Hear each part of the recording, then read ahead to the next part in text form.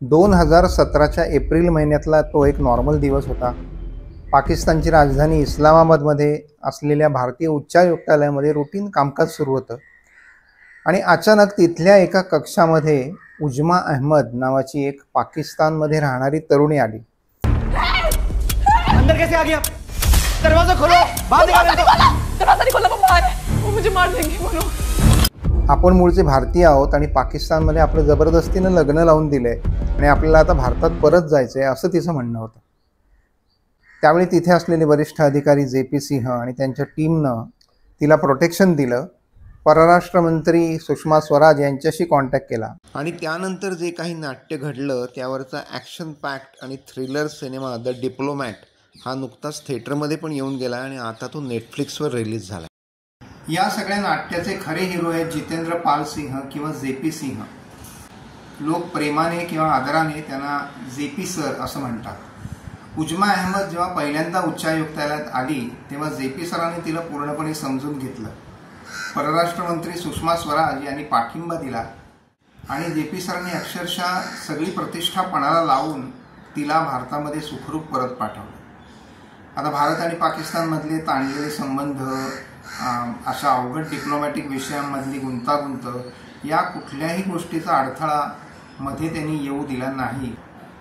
हे त्यांचं आणि अर्थातच भारत सरकारचंही वैशिष्ट्य म्हणायला हवं। आता ही उजमा अहमद नेमकी कोण होती आणि पाकिस्तानात कशासाठी गेली होती? द डिप्लोमॅट या सिनेमामध्ये असं दाखवलंय की ती मलेशियामध्ये तिच्या नातेवाईकांकडे गेली होती। त्यावेळी तिची पर्स एका टॅक्सीमध्ये राहिली। ताहिर अली नावाचा तो टॅक्सी चालक होता, त्यानं ती पर्स परत आणून दिली। मग त्या दोघांची ओळख झाली, मैत्री झाली आणि मग दोघं एकमेकांच्या प्रेमात पडले। उजमा अहमदला आधीच्या लग्नापासून एक मुलगी होती, तिला काहीतरी आजार होता आणि त्या आजारावर पाकिस्तानमधल्या आपल्या गावामध्ये चांगलं औषध मिळेल असं ताहिर अलीनं तिला सांगितलं आणि त्याच्याबरोबर ती पाकिस्तानला गेली। तिथे गेल्यावर ताहिरनं तिला एका खोलीमध्ये दाबून ठेवलं। त्याचं आधीच लग्न झालंय, त्याला 4 मुलं आहेत हे उजमाला पहिल्यांदा समजलं। आपण फसवलं गेलो हे लक्षात आलं आणि नंतर तिच्यावर अनन्वित अत्याचार करण्यात आले, बलात्कार करण्यात आला, तिचा छळ करण्यात आला। अशा वेळी मलेशियामधल्या आपल्या नातेवाईकांशी संपर्क साधून तिनं एक आयडिया लढवली। ताहिर अली हा पैशांचा लोभी आहे हे तिला माहीत होतं, त्यामुळे आपल्या माहेराहून आपल्याला पैसे मिळणार आहेत असं त्याला सांगून ती काहीही करून त्याला उच्चायुक्तालयामध्ये घेऊन आली आणि तिथून सगळ्या या नाट्याला सुरुवात झाली। आता त्याच्यानंतर काय झालं, पाकिस्तानमध्ये तिला किती अडचणी आल्या, ती त्याच्या तावडीतून कशी सुटली आणि अखेर भारतात कशी पोहोचली, हा सगळा ड्रामा या सिनेमामध्ये दिसतो। प्रत्यक्षातली जी उजमा अहमद आहे तिची कहाणी थोडीशी वेगळी आहे, पण सिनेमामध्ये प्रेक्षकांची सहानुभूती मिळवण्यासाठी ती थोडी ट्विस्ट केली गेली आहे आणि त्याला थोडा ड्रामा त्याच्यामध्ये ऍड केला गेलाय। 3 साल से पहले मुक्ति नहीं मिलने वाली आपको यहाँ से।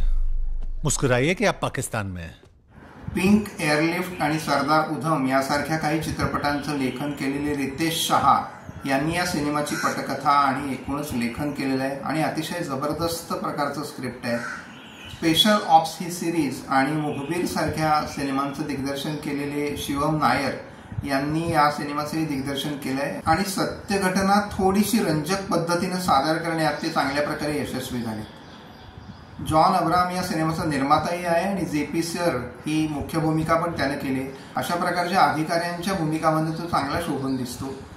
सादिया खातीब या अतिशय उत्तम अभिनेत्रीनं यातली उजमा अहमद ही मध्यवर्ती भूमिका साकारली। थिएटरमध्ये तुमचा हा सिनेमा बघायचा राहिला असेल तर आता नेटफ्लिक्सवर आलाय, त्यामुळे तिथे नक्की बघा। तुम्ही बघितला असेल तर तुम्हाला कसा वाटला हे कमेंट करून नक्की कळवा। अशाच प्रकारचे सिनेमाबद्दलचे अनेक व्हिडिओज मी तयार करतो, ते बघण्यासाठी माझ्या चॅनलला सबस्क्राईब करा। हा व्हिडिओ तुम्हाला आवडला असेल तर लाईक करा, शेअर करा, कमेंट करा।